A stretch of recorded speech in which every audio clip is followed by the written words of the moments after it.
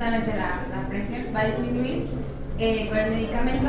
Entonces, es lo que le comentaba, que el medicamento lo va a atenuar, por así decirlo, y la tasa de filtración va a disminuir, y por ende es lo que se encuentra en la creatinina también. ¿Pero por qué disminuye la tasa de filtración? Porque una poquita mejor. Porque mencionaba que que si bien es un mecanismo de regulación a largo plazo, este también puede ajustarse a ciertas como casos. Entonces, si está habiendo un tratamiento con la enzima inhibidora de la enzima convertidora de angiotensina, la presión va a disminuir y por ende disminuye la tasa de filtración. Disminuye el flujo.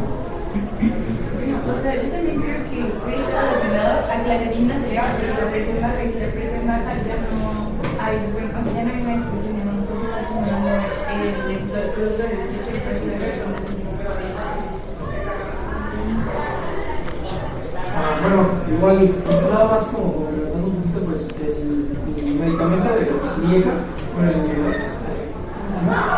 el más o menos constriñe la arteriola no aferente, y disminuye la tasa de filtración, por eso se acumula creatinina. Yo he encontrado que era porque al estar inhibiendo la secreción de aldosterona tipo 2, la aldosterona tipo 2 más bien actúa sobre la arteriola eferente, vasoconstriñéndola. Entonces eso aumenta la presión. En condiciones normales aumenta la presión del glomérulo y hace que haya filtración. Pero como no hay angiotensina 2, pues esa arteriola eferente ahora está dilatada. Y al bajar la presión glomerular, pues disminuye la excreción. Pero interesante, ¿verdad? Varias hipótesis, varias opciones, una respuesta. ¿Qué opinas, Pablo? ¿Qué opinas? Pues sí, el tratamiento de medicamentos para disminuir esa alteración. Opción A. Yo tengo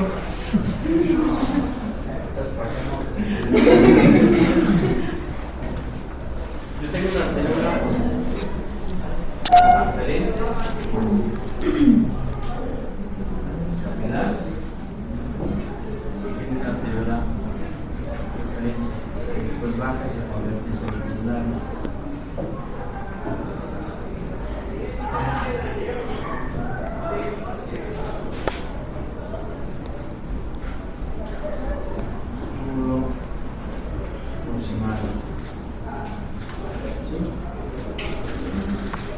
¿Están de acuerdo que aquí hay una presión?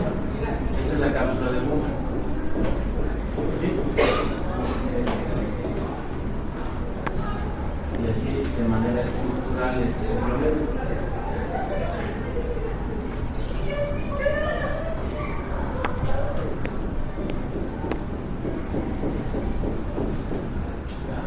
Yo tengo una presión aquí. Y tengo una presión aquí, capilar. La presión que tengo aquí es de 60 y la presión que tengo aquí es de 18. Sí, 18. Hay una diferencia muy grande, lo que hace que el flujo que viene se filtre por la diferencia de presión. Se venga a la orina. Hasta ahí vamos bien.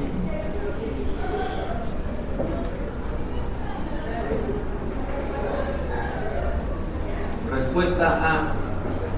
La presión arterial es tan alta que puede afectar el glomérulo y lo lastima, y por lo tanto filtra proteínas, ¿verdad?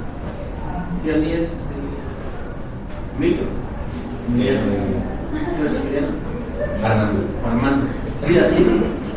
Entonces, si yo estoy lastimando el glomérulo, tienes toda la razón, puede tirar proteínas. Y entonces tendré un dato importante de falla renal crónica. Proteinuria. ¿Sí? Voy a tener proteinuria. Pero aquí en lo que yo les platico es un paciente joven de 52 años, 52,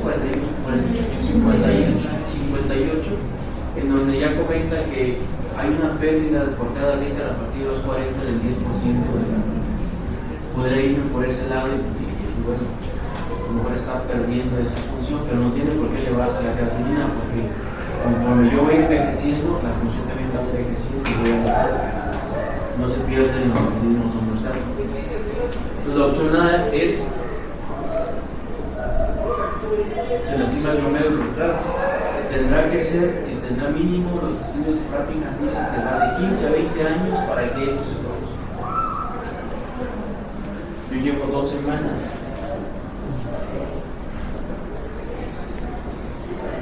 ¿Sí? Llevo 2 semanas. Luego, opción B, ¿qué dijo, doctora? Que al tratar la hipertensión, la presión va a disminuir y va a aumentar y menor tasa de filtración. Ah, ya, sí. Dijeron, al tratar la hipertensión, lo que voy a hacer es afectar a la arteriola deferente y entonces la voy a inhibir y la voy a dilatar. Y si yo la dilato, voy a perder resistencia, por lo tanto voy a perder presión. Sí, es lógico, yo voy a perder presión, no voy a tener la cantidad de la fuerza para llegar al glomérulo. Pero ¿qué creen? Aquí no funcionan los IECAS. ¿Sí? Aquí no funciona. Opción B, ¿verdad? Inciso B. No, decía inciso C. Había dicho que vasoconstricción la aferente. Okay. Si yo contraigo la inferente, entonces esta se va a abrir, va a pasar el flujo, se va a estancar, va a aumentar la presión y va a aumentar la filtración. La creatinina es un producto de desecho de las proteínas y esa, así como se produce ese químico, no se queda en el cuerpo, por eso no se le va a la sangre. Y opción D. Lo que pasa es que yo tengo un sistema renina, angiotensina, aldosterona, todo parte desde el tubo contraocular proximal, más o menos. Este da la vuelta y en el túbulo distal está una estructura que se llama mácula densa. Esta detecta los cambios de presión, los cambios de volumen, sodio y cloro. Si baja el volumen, se activa el sistema renina, angiotensina, aldosterona. La angiotensina es un vasoconstrictor potente que actúa. ¿La angiotensina qué hace? 2. Angiotensina 2. El fármaco se llama inhibidor de la enzima convertidora de relación. ¿En dónde se produce la angiotensina? ¿En dónde pasa de angiotensina 1 a angiotensina 2? En los pulmones. En el pulmón. En el pulmón yo evito que se transforme a angiotensina 2 y por lo tanto aquí no va a haber presión. Entonces, el glomérulo va, la arteriola deferente trae el flujo sanguíneo y yo lo dilato. Esta dilatación va a hacer que pierda yo. Voy a inhibir esto, no va a haber aldosterona, no se va a retener agua, no se va a aumentar la presión, pero también voy a dilatar ligeramente la arteriola deferente porque no estoy deteniendo. Al dilatarla se pierde presión. Y si pierdo presión, no va a haber filtración suficiente. Entonces, la creatinina puede llevar al empeoramiento. Lo que comentas no está mal, sino que el mecanismo de acción no es aquí, es aquí. Muy bien, el mecanismo de acción es aquí. Y por eso el señor sí bajó la presión, pero se eleva ligeramente la creatinina. ¿Sí? Sí, se logra descifrar el acertijo. Entonces, en una persona que tiene lesión renal aguda, es conveniente administrar IECAS.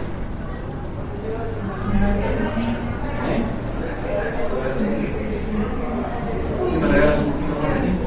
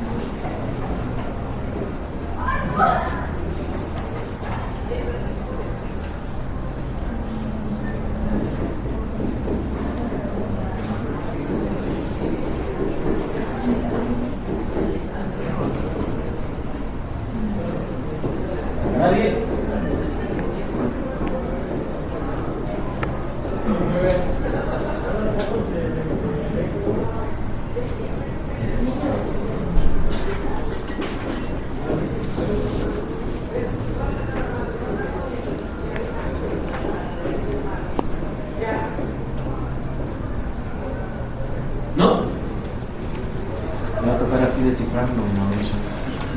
Next. Se queda ahí. Next. ¿Sí vamos bien? ¿Sí? Muy bien, Andy. Excelente.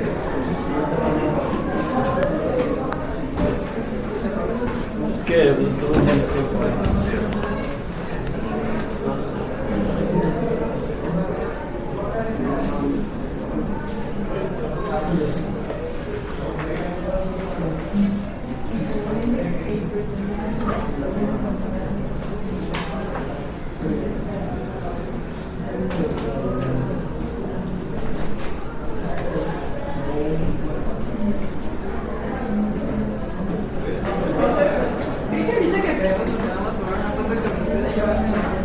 ¿Conmigo?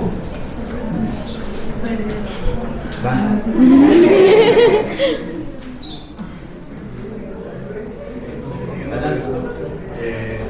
Recordando que comentamos ayer, cuando hay una hipertensión renal, principalmente por una falla en el riñón, ya sea por disminución de la masa del mismo o pérdida de nefronas a lo largo del día, la filtración normal del riñón va a estar disminuida, ya que se tiene que llevar mucha presión para que el riñón haga su función normal. Así que si se eleva mucho la presión, al principio es un mecanismo compensatorio, ya que va a aumentar esta tasa de perfusión glomerular y va a cruzar más rutas para llegar al punto de equilibrio. Eso como mecanismo compensatorio que hace el riñón para igualar este punto de equilibrio.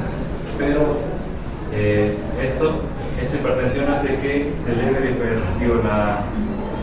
la presión arterial sistémica, así que al final él fue culpable de que se aumentara la presión arterial y después a largo plazo va a ser la víctima también de su propia acción, ya que si se eleva mucho la presión arterial sistémica hay una mayor tasa de perfusión, que dijimos que al principio era un mecanismo compensatorio normal, pero si se mantiene en el tiempo, como ya mencionamos, llega mucha más sangre con mayor presión, que genera daño en los capilares glomerulares y en las arterias diferentes. Así que lo que puede pasar es que primero, como están, les haya más presión, el mecanismo compensatorio del vaso es aumentar su grosor para compensar esa tensión que está produciendo la sangre y evitar la fuerza de estallamiento, que recordemos que es esta fuerza que ejerce la sangre sobre la pared del vaso y puede dañarlo. Así que si se eleva la presión arterial, también se engrosan más los vasos. Si se engrosan más los vasos, como consecuencia va a haber un menor diámetro del mismo, así que va a llegar menos sangre todavía y puede causar lo que se llama glomerulosclerosis, que es cuando el aumento de presión arterial crónica produce lesiones en el endotelio vascular, lo que va a provocar tejido cicatrizal. Así que hay una menor superficie de absorción debido a este tejido cicatrizal y va a haber una menor tasa de perfusión. Así que, como ya mencionamos, la presión elevada puede dañar el riñón, ya sea por aumento de presión y daño arterial o por tejido cicatrizal, que va a disminuir esa superficie vascular y va a disminuir así la tasa de expulsión, lo que puede aumentar el nivel de sal y agua en el organismo y aumentar más la presión arterial. Así que es como un ciclo vicioso de retroalimentación positiva.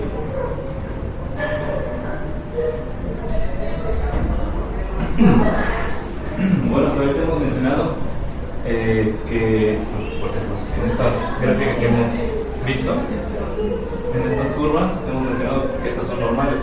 Sin embargo, la verdadera curva de función renal normal es esta azul. Normalmente las personas la función renal es mucho más eficiente, es mucho más potente. Así que ahora vamos a olvidarnos un poco de que dijimos que esta era normal y vamos a tomar que esta curva roja es una persona que tiene un daño renal, porque realmente la curva de función renal normal es esta azul. Y bueno, vamos a explicar por qué. Entonces, como ya mencionamos, la curva renal crónica es más pronunciada, es decir, está más verticalizada, lo que traduce a una mayor eficiencia de la función renal.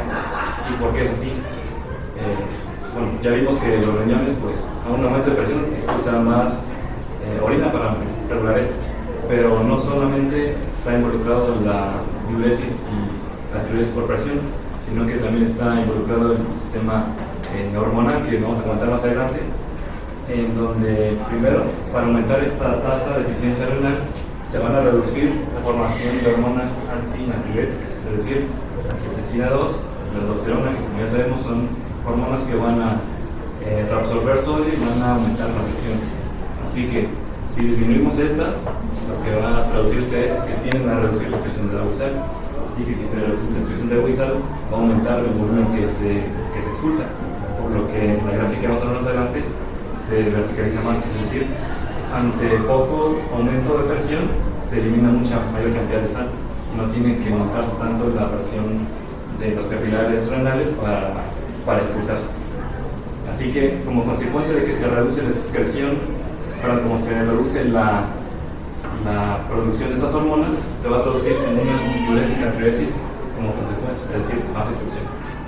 Y esto principalmente se da en personas que tienen insensibilidad a la sal, es decir, que tienen función renal normal, como aquí en esta gráfica vamos a ver. Entonces mencionamos que esta curva roja, vamos a tomarlo como es una persona que tiene una falla renal.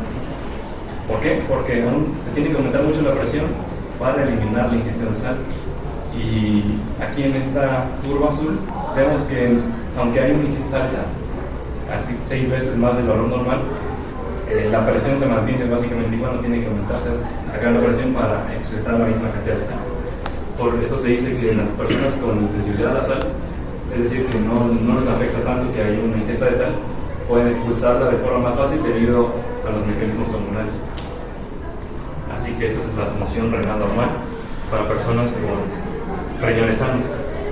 Y bueno, esta imagen va a resumir todo lo que hemos estado mencionando a lo largo de esta exposición, que es cómo el aumento del líquido extracelular va a aumentar al final la presión arterial.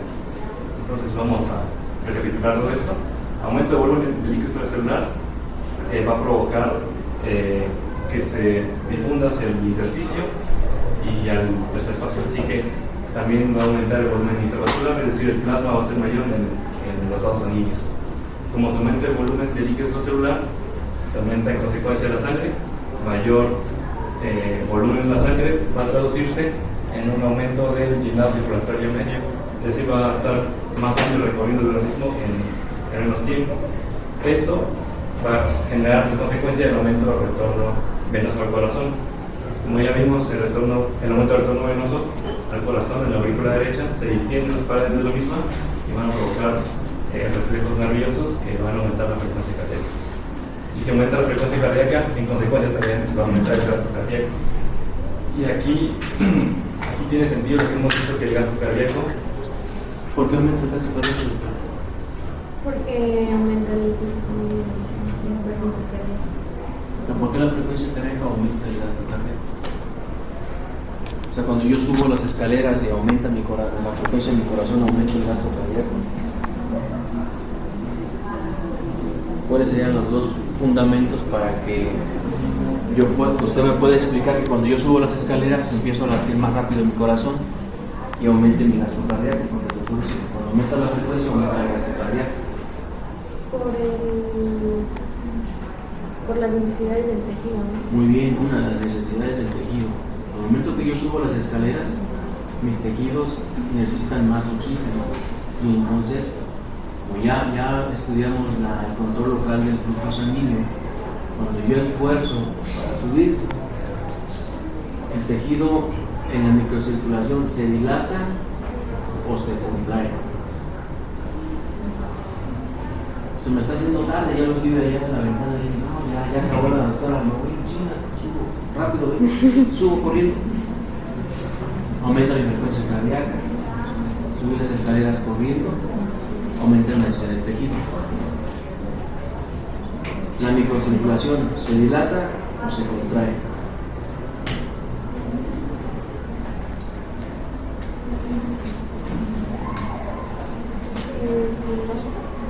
¿Cómo? Se dilata. ¿Por qué? Para que haya más espacio para la sangre. Se dilata porque el tejido come más. Es decir, los 10 pesos de oxígeno que tiene se los come más rápido. Y para que le llegue más, tiene que aumentar la microcirculación para que llegue más flujo sanguíneo. ¿Sí? Depende entonces del oxígeno. ¿Y por qué otra cosa aumenta el gasto cardíaco?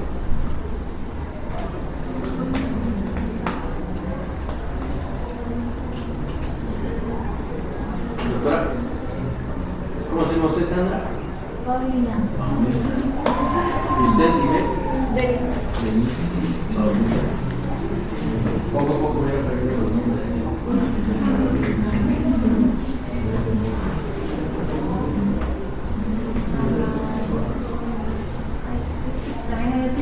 Es bien importante que se lo aprendan. Más. Tomen el también puede ser por la misma contracción del músculo esquelético, que recuerdo que mi tema decía de que, o sea, hay, por ejemplo, las venas que funcionan como reservorio, como reservorio de sangre. Entonces, cuando hay una contracción, esa contracción va a causar de que haya un retorno sanguíneo mayor y por lo tanto el corazón va a tener más sangre para bombear y por lo tanto va a aumentar el gasto sanguíneo. Esa es una explicación. Si en el momento que yo subo,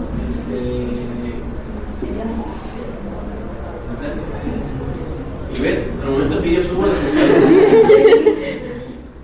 contraigo los músculos y los exprimo el vaso y aumento el volumen. Si aumenta el volumen, aumenta la frecuencia cardíaca, porque abajo hay necesidades, aumenta la necesidad. ¿Y qué otro? Bueno, ese es de la bomba muscular y también por la ley de Baxter. ¿Qué dice la muestra? Que mientras más volumen mientras más volumen, más fuerza y más veces, porque tienen que bombear la misma cantidad, pero muchas veces más. Y también, como lo mencionó Raúl, que es más sangre circulando en menos tiempo. Entonces, frecuencia cardíaca por volumen latido es gasto cardíaco y por eso aumenta. Son dos factores determinantes, uno es la bomba y la otra es el consumo de oxígeno. Y aquí automáticamente ustedes están descifrando por qué una persona cuando corre el maratón aumenta su gasto cardíaco. ¿Sí? Entonces tiene que ver con el volumen. Y para todo aplica este volumen. El problema es que más abajo las resistencias se comportan diferentes. Sí. ¿Qué más? Next. Entonces, bueno, recordando la fórmula de la presión arterial, que es igual a gasto cardíaco por la resistencia vascular periférica. Aquí se explica aquí está. Al final, el aumento del volumen del líquido cerebral va a traducir en aumento de presión arterial.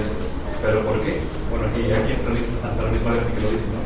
El aumento del gasto cardíaco y el aumento de la resistencia vascular periférica, es decir, estos dos factores van a permitir que el aumento de la presión arterial se haga más notorio. Ya dijimos que cómo aumenta el gasto cardíaco, pero a nivel periférico, recordando que los órganos, el principio de la circulación que regulan su propio flujo sanguíneo, por ejemplo, si hay un aumento de presión arterial sistémica, los capilares de los órganos y tejidos periféricos no requieren tanto flujo sanguíneo, ya que si hay un aumento, como ya mencionamos, puede haber una lesión vascular y se pueden hacer trombos, ¿no? Así que si aumenta mucho la presión arterial a nivel periférico, los tejidos y los órganos van a realizar este proceso que hemos visto, que se conoce como autorregulación, que es, por ejemplo, si aumenta mucho la presión arterial, van a hacer un mecanismo compensatorio de vasoconstricción, ya que si se vasoconstriñe, se reduce el diámetro del vaso, hay más resistencia y llega menos flujo sanguíneo. Así que básicamente no necesitan tanto, pues vasoconstriñen para que el flujo se mantenga constante. Y si hay un aumento de resistencia, esto ejerce mayor presión y al final se va a traducir como otro factor indirecto que va a aumentar la presión arterial sistémica. Y como dijimos al principio de la presentación, si aumenta la presión arterial, se traduce en un aumento de la diuresis para volver al volumen el volumen de sangre normal. Y el aumento de la diuresis, esta flechita discontinua, tiene un efecto inhibitorio, que si se aumenta la diuresis, se reduce el volumen de líquido. Es lo mismo que ya mencionamos al principio, solo un poco más detallado y cómo se regula de forma más específica. ¿Para cuántos puntos te gusta esa imagen? Puntos. Imagínate que es una pregunta, ¿cuántos puntos? Soles. 1, 2, 3, 4, 5, 6, 7, 8, 9, 10 puntos. 10 puntos, muy bien. ¿Dudas? ¿No? ¿Todo bien? ¿Se comprende cómo el volumen representa la presión arterial? ¿Cómo que puntos? Yo le dije cuál es la presión arterial en un nivel normal, media. Pero no está enojada, ¿verdad? 90. Gracias. Vamos a empezar a hablar de hipertensión. Primero, hay que conocer los valores normales. Teniendo una presión arterial normal, media normal de 90 milímetros de mercurio según Guyton, que es equivalente a 120 sistólica y 80 diastólica. Sin embargo, para considerar su hipertensión, es una presión arterial media de 110 milímetros de mercurio, que se traduce a 135/90, y menciona esto que una hipertensión importante tiene una presión arterial media de 150-170 milímetros de mercurio, que se traduce a 150/130. Sin embargo, vería la bibliografía y esto básicamente ya tendría daños dependiendo de cómo se menciona. Entonces, menciona también que la hipertensión, aunque es una hipertensión media, aunque la elevación no sea tanta, a largo plazo, si no es tratada, reduce la esperanza de vida, esto mediante 3 mecanismos. Primero, el exceso de carga de trabajo en el corazón. ¿Qué pasa? Cuando hay una hipertensión arterial alta, el corazón necesita más fuerza para poder bombear toda esta sangre y vencer esa presión y así poder distribuir la sangre hacia los tejidos. Entonces esto a la larga cansa el corazón, por así decirlo. Sin embargo, hay otra circunstancia, que es que este aumento de la presión puede dañar las arterias coronarias y causar una cardiopatía coronaria. Y no lo explica el libro, pero esto significa que hay una acumulación de placas ateroscleróticas en las coronarias, lo que va disminuyendo su diámetro y puede llegar al punto de que cause un infarto cardíaco. Entonces, este es el primero. El segundo mecanismo es que hay un daño a los caminos cerebrales. Esto mediante los mecanismos que ya habíamos hablado, que se daña el endotelio, puede irse disminuyendo el diámetro, e incluso puede haber una hipertrofia de las arterias debido a la presión alta, hipertrofia del músculo de la liso que están en las arterias. Este daño a los caminos cerebrales también puede provocar un infarto causado por un ictus, o sea, que puede disminuir el flujo sanguíneo dependiendo de que es nulo, y dependiendo de qué parte del cerebro daña este infarto, puede haber distintos efectos. Por ejemplo, puede haber una parálisis, puede haber pérdida de la visión, puede haber otro tipo de daños motores o daños neurológicos, e incluso se puede llevar a la muerte. Y la otra es una lesión neurogenética, que es algo que ya hemos estado hablando, entonces ya no voy a abordar tanto, pero básicamente puede llevar a una falla renal que causa toxicidad por las toxinas que se están acumulando. Entonces, bueno.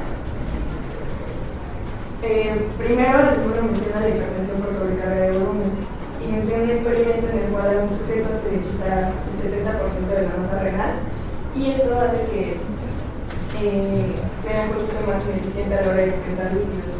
Entonces a este sujeto llega un punto en el que se le empieza a dar, en lugar de tomar agua, se le empieza a dar de tomar solución salina.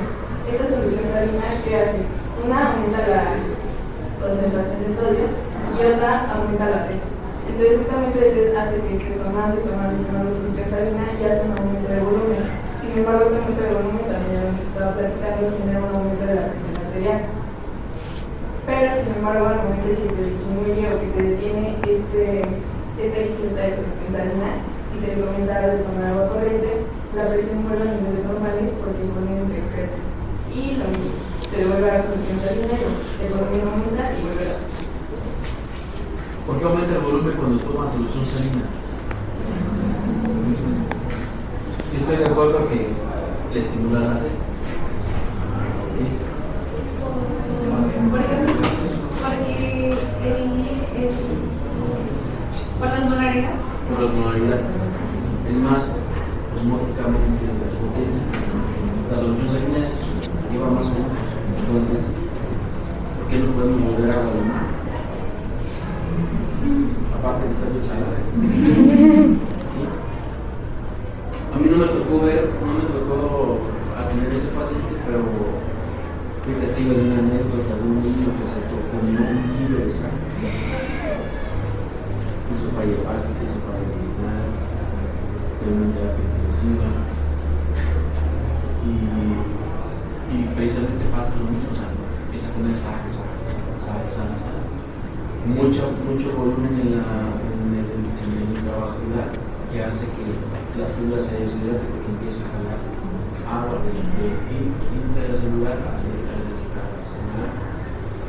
Pero el problema es que también a nivel cerebral se han cambiado de modalidad, hace que jale agua hacia el vaso, entonces el cerebro se capacita y entra en un estado hiperosmolar,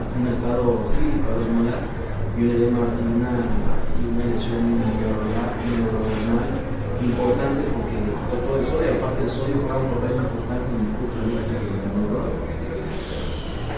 Yo he encontrado que era porque se produce un aumento de la secreción de la tiroides, pero no sé si... No, sí está bien, pero lo que pasa es que aquí como estamos viendo solamente aislado, y si te das cuenta empezamos a integrar ciertos conceptos, es imposible explicarlo desde un solo punto, porque si yo subo la cantidad de sal, como aquí, hay otro mecanismo que te va a ayudar a equilibrar eso. ¿Qué pasa si yo meto mucha sal y tengo mucho soluto dentro del vaso? Hay que meterle agua para que se equilibre y disminuya la humedad. El primer reflejo de eso es la deshidratación, es humedecer. Entonces empiezas a tomar agua para que empiece a acumularse. Pero el cerebro produce una antibiótica. Lo que hace es jalar agua y jalar más sodio y aumenta el volumen. Si aumenta el volumen, aumenta la presión. Y entonces caemos en el círculo de humano. Excelente, muy bien. Bueno, tenemos estos dos. Primero tenemos un aumento de la ingesta de agua. Este aumento de la ingesta de agua aumenta el volumen sanguíneo que está celular con el sangre, que es muestra de estas dos curvas. Estos aumentos generan también un aumento del gasto cardíaco debido a que hay una necesidad de mover aún más líquido. Entonces, eso genera que el corazón tenga que involucrarlo para no estar estancando y aumenta el gasto cardíaco. Sin embargo, aquí hay un punto importante y es que también se debe conocer la resistencia periférica total. Aquí, como vemos, al inicio, cuando hay una ingesta mayor de agua y un aumento de volumen, disminuye la resistencia periférica. Pero ¿por qué pasa eso? Pasa por la potencia de equilibrio. ¿Por qué? Porque al ingresar más volumen, creo que es algo que ya habíamos platicado, los vasos tienen que dilatarse para poder contener ese volumen nuevo.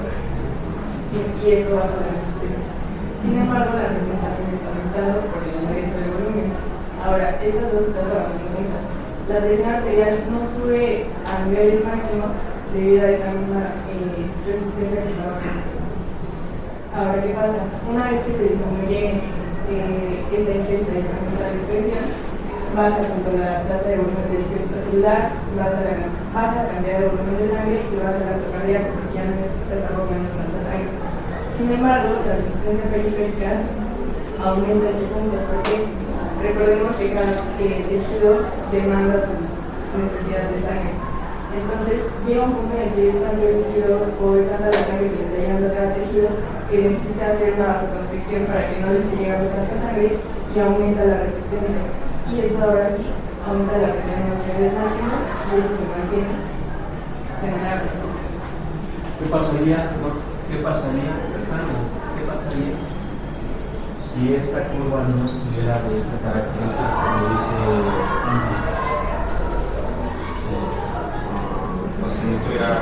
si no estuviera esta aquí, yo aumento volumen, aumento la presión, pero tengo un fenómeno que es que no me puedo todo el tiempo mantener con la presión alta y tengo que regular. O sea, como hago, me pones un suelo y no se va por allá mi presión que está a 140 o se va a 130 si no soy hipertenso.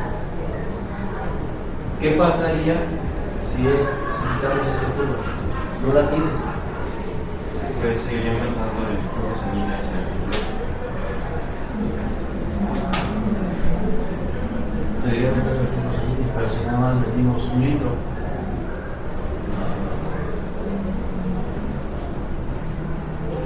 Pues significa que no está vasodilatando, No, se vasodilata aquí, ya lo explicó Albi, y es esperado aparte, pues si yo meto La resistencia vascular periférica, más bien el gasto cardíaco, es inversamente proporcional a la resistencia. Es decir, si yo quiero aumentarlo, el gasto de la resistencia tiene que tratarse para que haya un mejor paso y haya diferencia de presión hasta el medio y ¿qué pasa si yo lo tapo aquí? Yo meto volumen, el vaso se relaja y se tiene que adaptar a ese volumen. Al momento que yo me dilato, pierdo resistencia y entonces empieza a bajar y empieza a bajar. Si esto no se mantiene, ¿qué pasa con esta?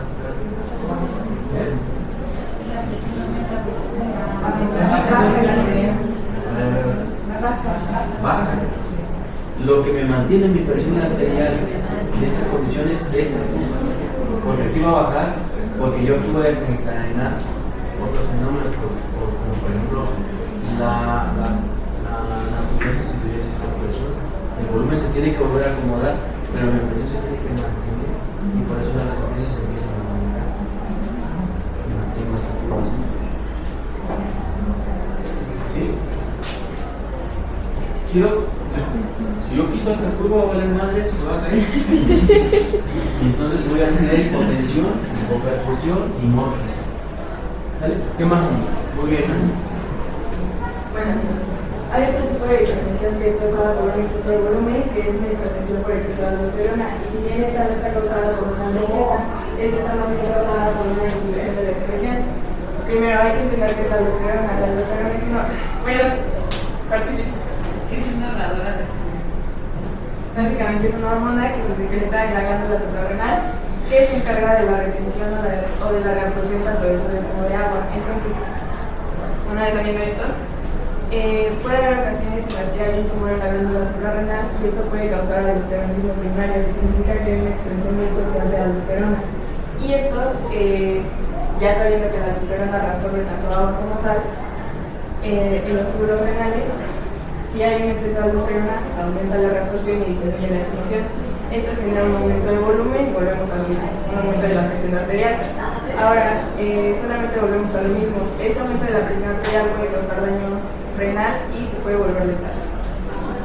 Y otro concepto que mencionaba el libro es acerca de los pacientes que trabajan con riñón mecánico. En estos pacientes se tiene que tener todavía más control de líquidos que en un paciente que no está tratado de esta manera.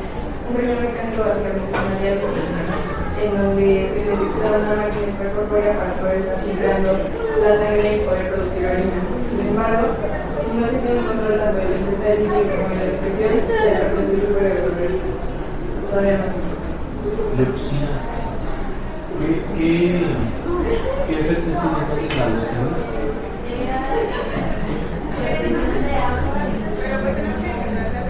Absorbe sodio y agua y elimina potasio. Absorbe sodio y agua y elimina potasio. Entonces, si tengo un problema, un tumor de hiperaldosteronismo, ¿qué esperaría encontrar? ¿Cómo estaría ese paciente? No se imagine, descifre el proceso fisiológico. Si la aldosterona absorbe sodio y agua y elimina potasio, el exceso de aldosterona, que se llama hiperaldosteronismo, ¿qué características debería tener esa persona? Tomando en cuenta que ya practicamos.